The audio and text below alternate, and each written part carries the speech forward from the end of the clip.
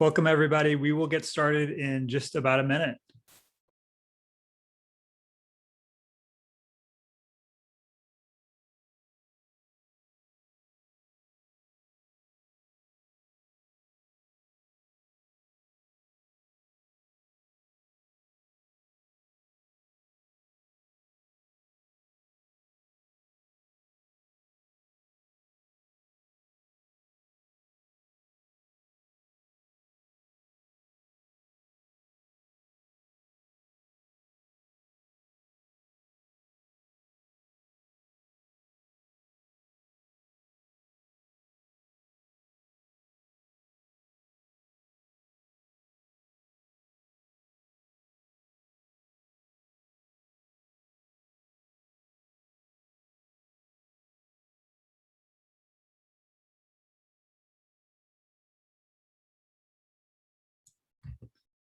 Welcome, everyone. As we get started, we'll draw your attention to the key dates we've put on this introductory slide here. You'll see that course registration takes place August 16th to the 26th, and you'll register for courses by that course registration deadline of Thursday, August 26th.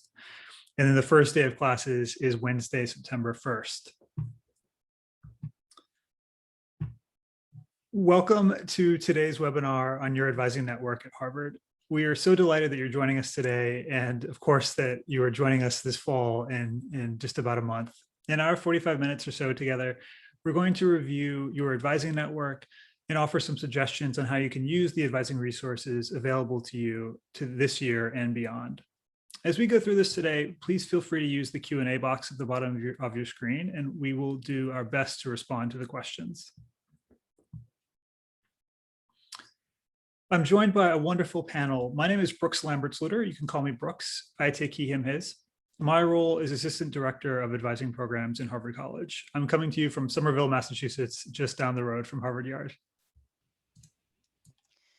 I'm Olivia Carpenter, and my pronouns are she, her, hers. I also work for the Advising Programs Office, and I'm a sophomore advisor and the sophomore advising coordinator for the Dudley community. I'm calling in from my apartment about half a mile from Harvard Yard. Hello, everyone. My name is Marley Masters. I take the She series. I'm a rising junior at the college, concentrating in economics with a secondary in government. I'm an Eagle Path, which is a peer advising fellow that works alongside the APO and first-year students. I'm from a very small town in mid-Michigan, but I'm currently calling in from Dunster House, and I'm looking forward to answering some of your questions today. Hi, y'all. My name is Alicia Bernal Rivera. I take the She series. I am a rising senior at the college in Cabot House, but I'm currently calling in from Chilmark, Massachusetts. I concentrate in the comparative study of religion with a focus in Hebrew Bible. And outside of academics, I'm on the varsity women's rugby team. And like Marley, I am also an Eagle Path. So I am so excited to talk to you today about your advising networks in your first year and beyond. We also have another great colleague, Nam Kim, who will be answering questions in the Q&A. Today's webinar is all about your advising network at Harvard. So we're going to talk about the people who will help you navigate your Harvard experience. Your advising network can help you with a variety of important components in your education, from discovering courses that fit your interests and your goals for your first year, to exploring potential concentrations, to finding the balance that's right for you. Advisors will also be there to guide you as you take several important steps in the next month as you prepare to register for courses in time for the August 26th deadline, and then start those courses on the first day of classes on September 1st. In today's presentation, you'll learn about the advisors who are available to support and guide you in your decision-making around academic experiences.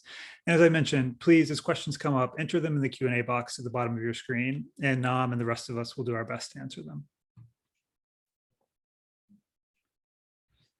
So first, I'm going to situate our presentation on your first year advising network in the context of the classes that will make up your Harvard education, because course selection is likely to be one of the topics you and your advisors discuss.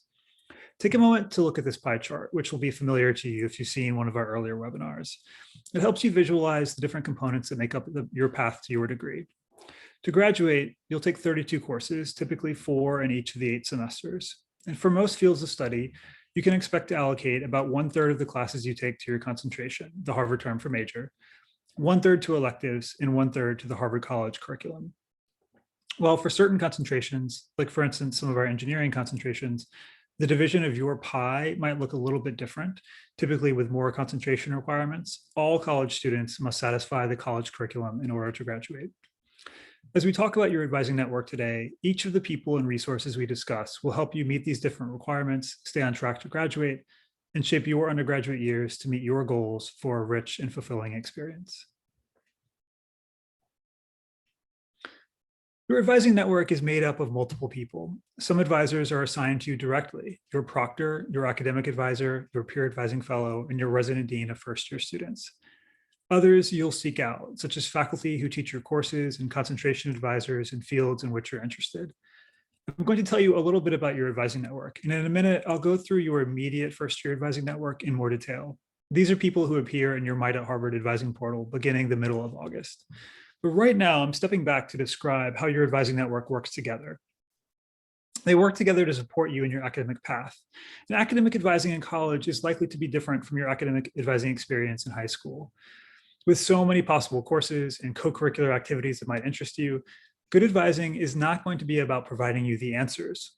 Instead, your advisors are likely to ask you lots of questions, and they will encourage you to reflect on what you want out of your Harvard academic experience.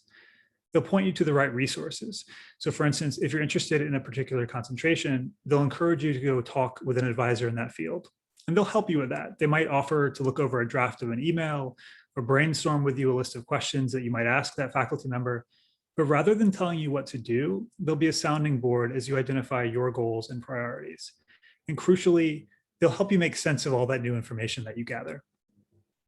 One difference between most high school advising experiences and college is that college resources tend to expect more initiative.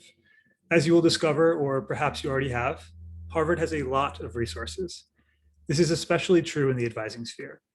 If you're anything like most students, you might be feeling both excitement and nerves. And the most important takeaway is to know that you are not alone. You're facing new sets of choices. You may be overwhelmed by the number of classes in the course catalog, but you can talk through these decisions with your advisors. These are your choices. We hope they are informed by conversations you have with members of your advising network, both official and informal, by information you gather from a variety of sources, and by reflection on your goals and what you want your academic experience to be like. As you move forward through your undergraduate experience, you will be assigned new advisors. For example, sophomores are assigned sophomore advisors like me to help them transition into their second year, to help sophomores choose courses and consider experiences like study abroad and research.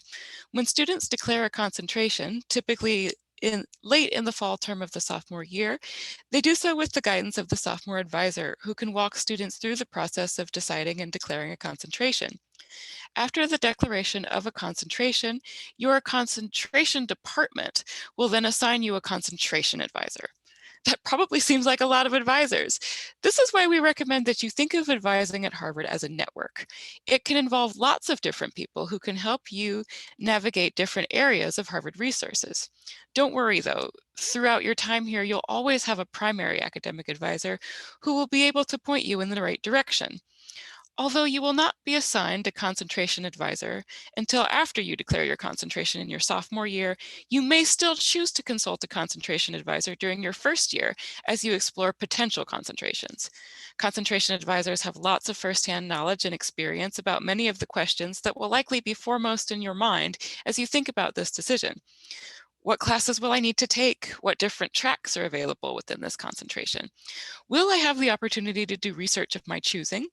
What have past concentrators gone on to do after graduation?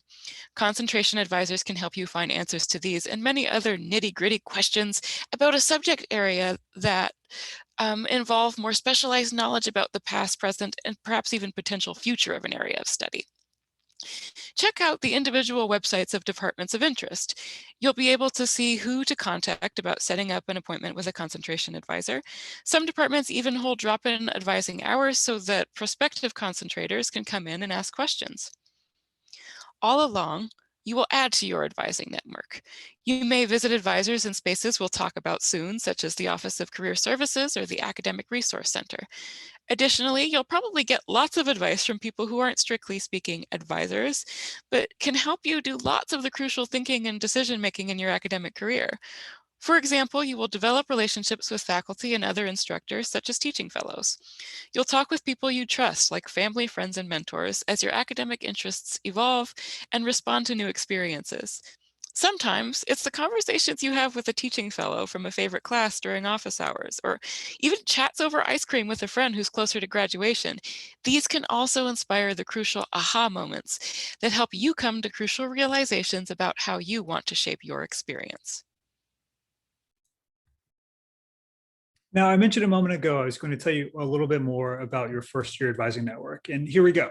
Your academic advisor is a member of the Board of First Year Advisors, or BFA, and they'll either be your proctor or a member of Harvard's faculty or administrative staff.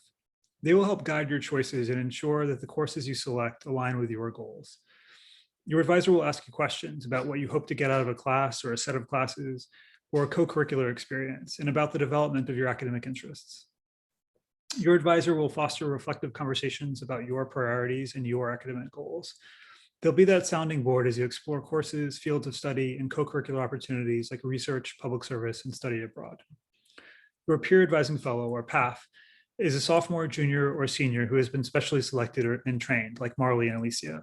They'll work closely with your proctor to build community among you and other members of your entryway. When it comes to advising, they'll help you become familiar with the tools and resources you need to engage fully in the Harvard College academic experience.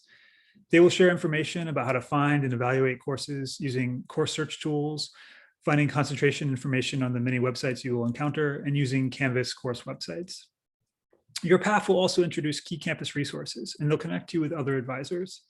PAFs are undergraduates, and while they'll draw on their own experiences at Harvard, their goal is to help you make the most of your first year. You'll also have a resident dean. Your resident dean of first year students, or RDF, oversees the academic, social, and personal well-being of students in their yard. Each RDF works closely with the proctors in their yard, and there are 5 yards: maple, crimson, elm, oak, and ivy. And your resident dean is an important part of your network of support all year. You will find out your assigned academic advisor and PAF in mid-August, and plenty of time to discuss your approach to choosing courses in your course preview period. While course selection may be at the front of your mind, both your PAF and academic advisor and proctor and resident dean will help you make use of a broad array of Harvard resources. Your academic advisor and PAF will display on your My.Harvard portal by August 16th. And once they appear, you can expect that they will reach out to you, but you can also email them. You will meet with your academic advisor virtually, probably over Zoom, for that first advising meeting.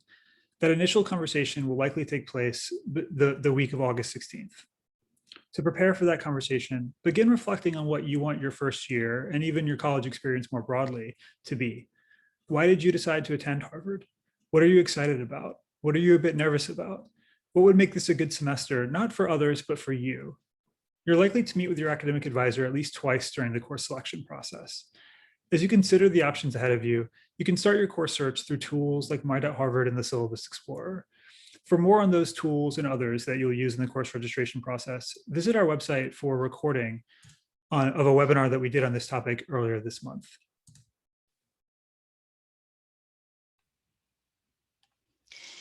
In addition to the assigned advisors we've just discussed, you can also turn to lots of other resources at Harvard for advice when you need it. Your academic advisor, PAF, or dean may send you to one of these resources for help, and you can often also reach out to them directly. Looking just briefly at the resources listed on this slide, you can see that there are a lot of places you might go to get support.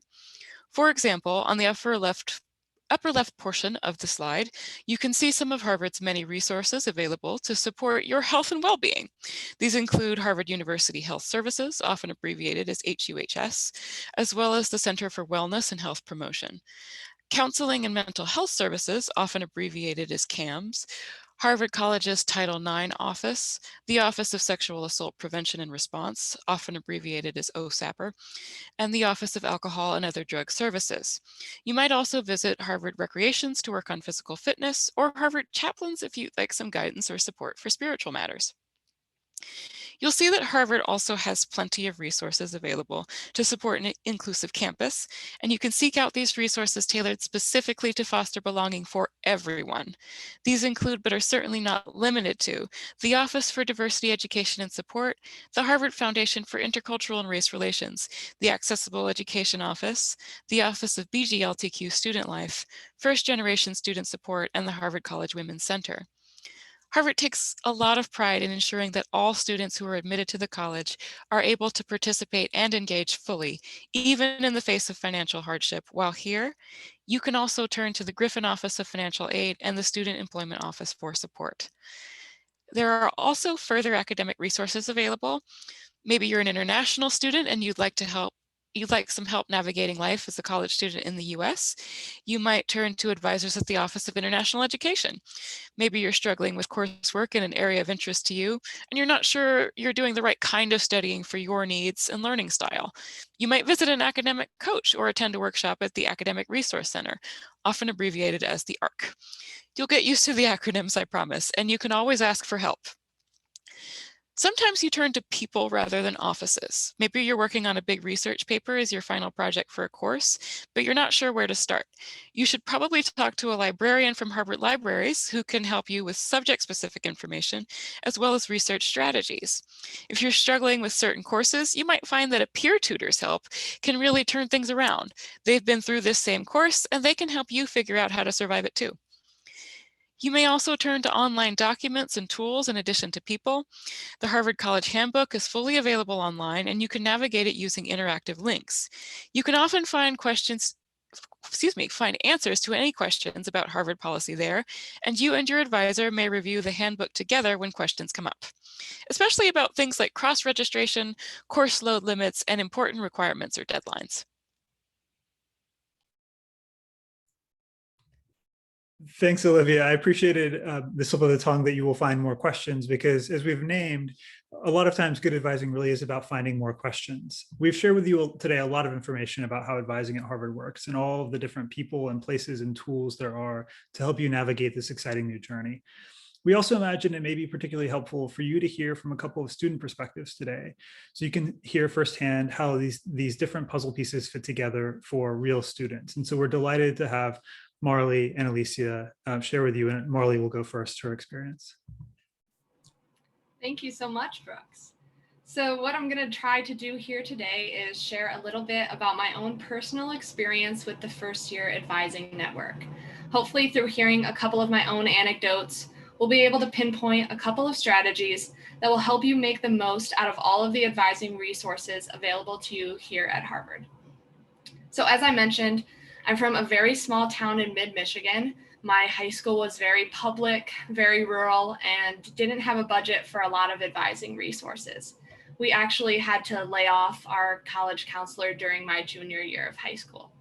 And so coming to Harvard, I was overwhelmed by the sheer amount of academic support available at my fingertips. I had so many questions about how advising worked. Will my advisor reach out to me, or should I reach out to them? They're busy people. Am I bothering them with all my questions? What are the right questions to ask? And even, is my advisor going to think that my questions are too small or too stupid? A lot of my concerns were alleviated when I met my first year academic advisor during orientation. My advisor had requested that she be matched with first year students from small towns far away from Cambridge. I even remember writing in the journal that I kept at the time that it was the first time I had realized there were people at Harvard with backgrounds similar to mine. My first year academic advisor and I had a wonderful relationship. She was the first person I'd go to with questions, whether they be about course selection or wondering if I could afford to go home for Thanksgiving. And we still keep in touch to this day. As Brooks mentioned, advising in college is different from advising in high school because students are expected to take some initiative and ask questions when they have them. But please let me assure you in saying that the only right questions to ask your advisor are the ones on your mind and on your heart. No question or concern is too small. The advising network at Harvard is full of great people who want nothing more than to listen to and address your questions and concerns. encourage exploration and reflection, and finally celebrate your success. To close, I'd like to offer you all 2 pieces of advice. Number 1, I'd encourage each and every one of you to enter into your advising relationships at Harvard with an open heart and mind, and be open to the possibility of getting to know your advisor beyond the 4 classes that you're going to be taking in the fall. And number 2, this might be more of an action item that you can actually tackle in the next couple of weeks. Consider brainstorming some big picture goals to bring to your first advising conversation. For example, I journaled and talked to family and friends and discovered that I wanted to have a rather exploratory first semester. I wanted to take classes of all shapes and sizes and in departments I wouldn't have otherwise considered. So having this goal in mind, it really helped shape my first advising conversation in the sense that it gave my advisor and I a starting point from which to take off. So that's all for me today. Next, I'm going to pass it to Alicia, who's going to talk to us a little bit more about concentration advising. Thanks, Marley. So now the information about concentration advisors and advising is not meant to freak you out about choosing a concentration, but rather to reassure you that there are people within the concentrations to help you now and to help you later. So you'll have formal opportunities within your first year to speak to concentration advisors and representatives, but the folks within the concentrations are always there to help and are very happy to assist you. They want you to join their concentration, so don't hesitate to reach out to them. One of the first things I did after arriving at Harvard was reaching out to my director of undergraduate studies, which we often abbreviate as DUS, who I actually had been fortunate enough to meet at Visitas the year before. But you can always reach out to anyone in the concentration to find out who that point person is, or go to the concentration's webpage, or even just drop in. So I visited Courtney Lamberth in the comparative study of religion, which was a field I knew I was interested in, to get a better feel for the course offerings and what students on the track would typically take in their first semesters. She had a list of courses by level and helped me find a balanced schedule that helped me explore the concentration as well as my other interests, so I wasn't tracked in one way or another right away. The DUS, as well as the assistant DUS and other folks in the concentration, are always there to answer questions and give more information about their concentration. So like I said, you can do this informally as questions come up, or formally when you have the opportunity to talk to them during the period that it's dedicated to exploring fields of study in the spring of your first year. So the college designed a program that allows you to explore concentrations and secondaries during the spring and encourages you to have conversations with concentration representatives about the fields of study. You'll then report the concentrations you're interested in and have conversations and report these conversations within My.Harvard, as well as discuss them with your first year academic advisor, who can help you take the next steps. Then, as Olivia discussed, you'll be assigned a sophomore advisor coming into your first semester of your sophomore year, who is often someone aligned with one of the fields of study you indicated, and will help you declare your concentration. Once you do that, your concentration really becomes your home, and you'll have your designated go-to people for questions and advice. So your DUS and your AGUS know everything about the ins and outs of the concentration and can also best direct you to the people that you should be in contact with for your specific interests and questions. And this is really where your concentration advisor comes into play. Coming into the spring of your sophomore year, you'll be assigned a concentration advisor specific to your interests, who will become your #1 guide for the rest of your time in the concentration. Think of your DUS as your guide to the galaxy, but your concentration advisor is really your guide through the galaxy. The conversations with your concentration advisors are invaluable. My advisor, Professor Teeter, has helped me have realistic conversations about my goals and next steps through the concentration, fellowships, research opportunities, and further education. It is so useful to have someone who is an expert in the field navigate you through it and give advice based on their own experience and all they know about that field of study. It helps you make the right decisions for your own academic journey. And your advising network within your concentration doesn't stop there. You'll learn that there are so many professors in your fields and outside of your fields of study who will become informal advisors to you. Professors and graduate students are so willing to talk to you and share advice, and I've been so lucky to connect with so many folks in and out of my concentration who have greatly shaped my academic journey this far. Now, I don't want you to get ahead of yourselves and worry about having the specifics of your concentration pinned down. You have so much time until you get there. But just know that there are so many people along the way to help you get there. And once you do, you are in great hands, no matter which concentration you choose. My biggest piece of advice to you all about your advising network is to not be afraid to reach out. We're all here to help you, and we want to help you. We want you to ask questions, and we want to be that resource for you. The great part of having an advising network is, as well, is that if we don't know the answer, we'll always be able to refer you to someone more knowledgeable on a specific topic. So please don't hesitate to reach out. We're here to help you every step of the way. Thank you so much, Alicia and Marley. That was just a wonderful perspective that you both shared, and one I hope resonates for our first years with us today. We're going to transition to Q&A to try to respond to some of the questions you all posted in the chat, and we encourage you to continue doing so. But just a couple of final notes. Our office, the Advising Programs Office, will continue offering some group advising sessions throughout the rest of the summer. So we encourage you to sign up for those. And also, as we've mentioned before, the recordings of our webinars are available on our website, advising.college.harvard.edu.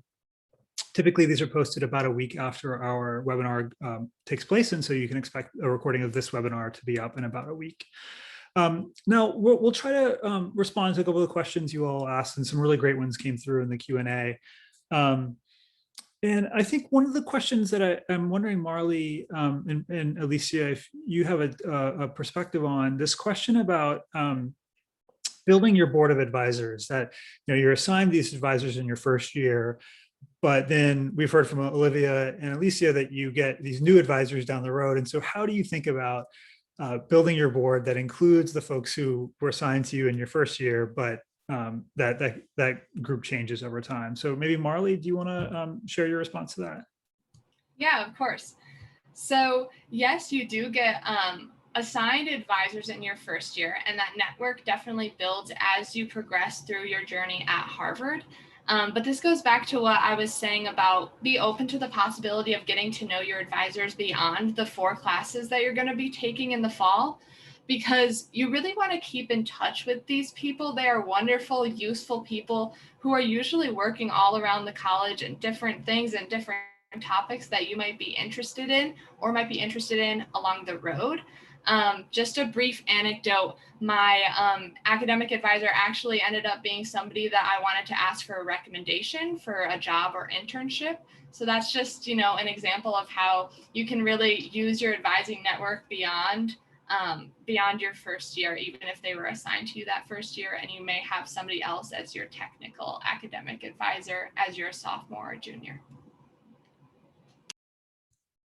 Thanks, Marley. I love that story. I think there's both the very practical side, the sort of pragmatic side of getting to know these folks, as well as the philosophical side of how much advisors help students make meaning of their own experience and really chart out what they want their journey through the galaxy to be, as Alicia put it. So another question came in about this. We've been kind of giving this advice about reaching out, and I emphasized earlier how much initiative may be required at times for students to reach out to advisors. I imagine it can be a little bit daunting if you're not quite sure how to approach this. So Alicia, I wonder if from your experience, you have any suggestions on how students can actually pragmatically and practically do that kind of outreach to an advisor who's not assigned to them directly. For sure. I think you just have to be a little bold in it sometimes. This past semester, I actually had the opportunity to do a podcast with a retired professor in my field who is an absolute giant and so amazing. I was so inspired by him. And I just sent him an email and asked if we could set up a Zoom to chat and talk about what I was doing and his research. And he was so happy to set up a Zoom, and we Zoomed for 4 hours and just talked about all of the things we were doing, and we continue to stay in contact. And I think the best way to do it is just to send an email or go up to that professor after class, and say, I really enjoyed class today. Here's a specific thing that I maybe have a question about, and I'd love to talk to you more about it. It's just as simple as that. And it just takes that first step of writing that email or starting that conversation, because professors are so willing to talk to you and want to advise you and want to help you. It's what they're here for. So I know it's sometimes a step to go up to a professor after class, but don't be afraid to do it. They're so happy to help. Just send an email or ask a question after class. Olivia, go ahead.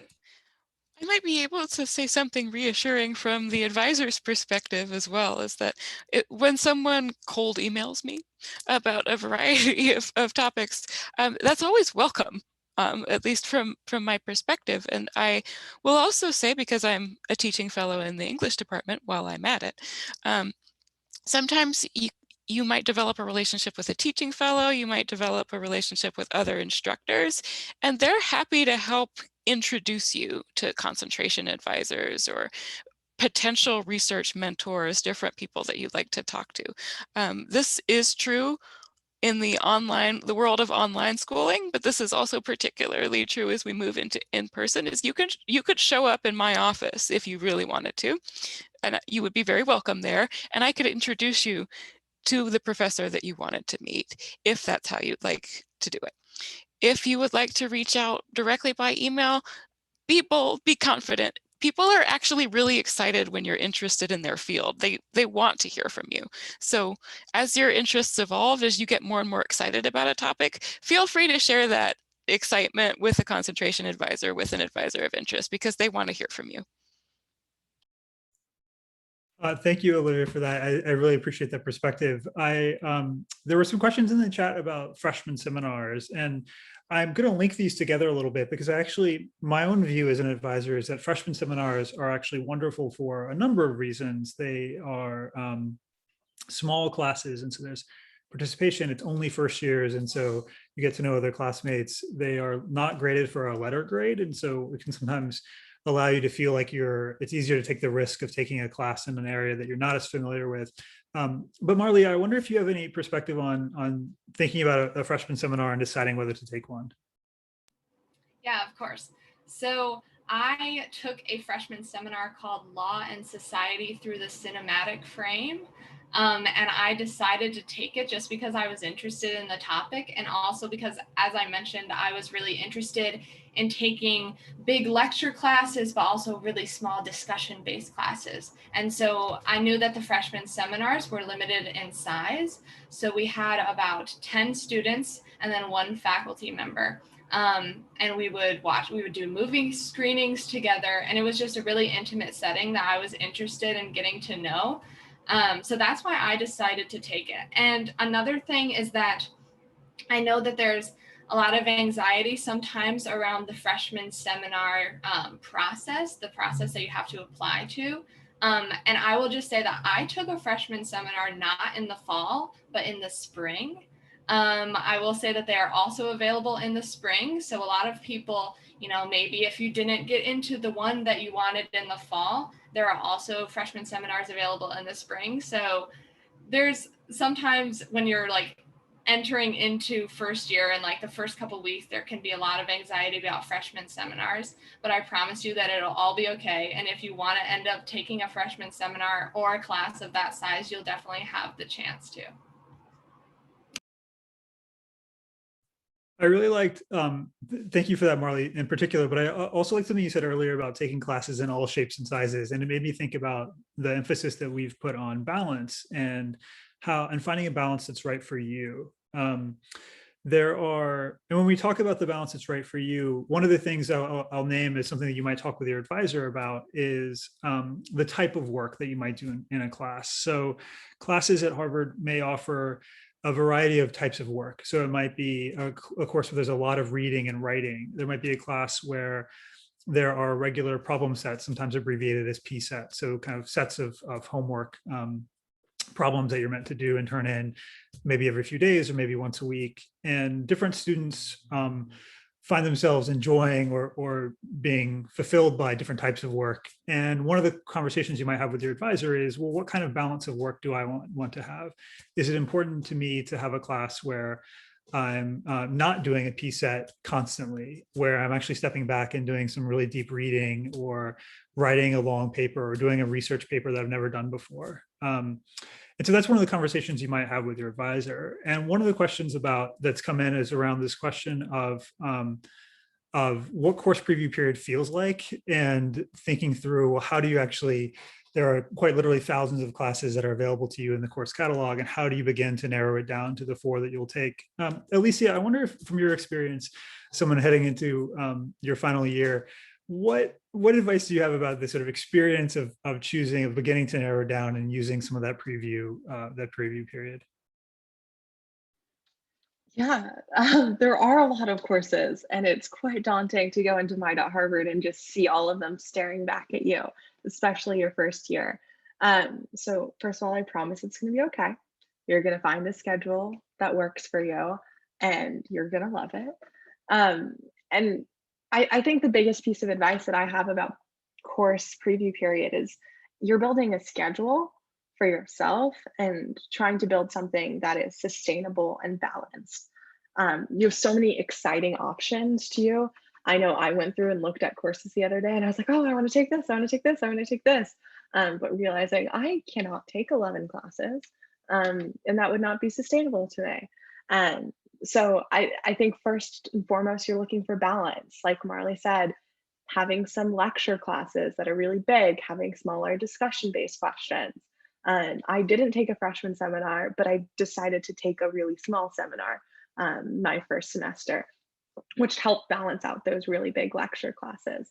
Think about what time of day you want to take classes.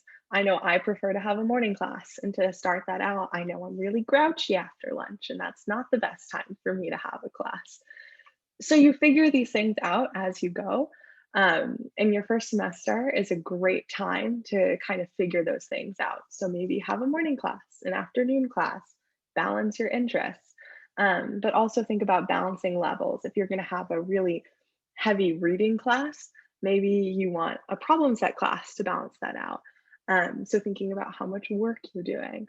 And I know in the other webinars, I've given advice about My.Harvard and how to go through that. So you can watch our colleagues, the other Eagle Paths, tell you about how to do that. But don't stress about course preview period. It's course preview period, gives you a chance to kind of pick and choose and see what fits. And you can also always reach out to the professors and teaching fellows in those classes to understand more about the classes. And beyond that, there is also always add drop period. So if the schedule is really not working, Harvard gives you the opportunity to make a change if you need to. And I always remind my advisees, making a change is not giving up, it's not failing, it's just making the correct choice for you to have a sustainable and balanced semester. So you have time, you have lots of opportunities to find what's right, and you have lots of people to help you find what's right. It'll all be great, I promise. Thanks so much, Alicia and Olivia and Marley. Your perspective on this and the reassurance and inspiration you provided, I hope lands with our first years in the audience today as much as it does with me. This, as you all shared, this combination of exhilaration and excitement with also a little bit of apprehension about this brand new experience that you're about to encounter. And that's absolutely okay. As we've tried to reassure you today, you have a bunch of people in your corner. You have folks you will talk to who are assigned directly to you, but also people who, as your interests evolve, become appropriate people to reach out to and to check in with and to ask questions of. The advising conversations that you're going to have with your advisors are not going to be characterized by you asking your advisor, what class should I take? And your advisor giving you a list of 4 courses that you should take. They're going to be characterized by, as the name implies, a conversation, by the idea that it will be a dynamic 2-way relationship that probably persists for quite a long time, where your interests evolve and change. Your advisor will ask you and take an interest in those, in what you care about, and will help you try to understand how your priorities and goals may shift as you experience your Harvard career. So come into this, as Marley shared, with an open mind, and with, as Alicia said, with this idea that you are going to connect with an awful lot of people and that they're there for you because they want to be there for you. So be prepared to ask questions, but also to have your advisor ask you a question back, and to understand that that's actually probably characteristic of good advising and not a deficit. So we are just so excited to have you in the Harvard community. Your advisors are very excited to be matched with you and to begin reaching out to you by August 16th, that date that your advisors will appear in My.Harvard. And if we have left you with anything, it's just, we hope that you carry that excitement forward, but also realize that you have so many people who are here for you as the ebbs and flows of your first year come and go. So we're delighted to have you in the Harvard community and can't wait to work with you, and appreciate your spending time with us. Thanks and good luck.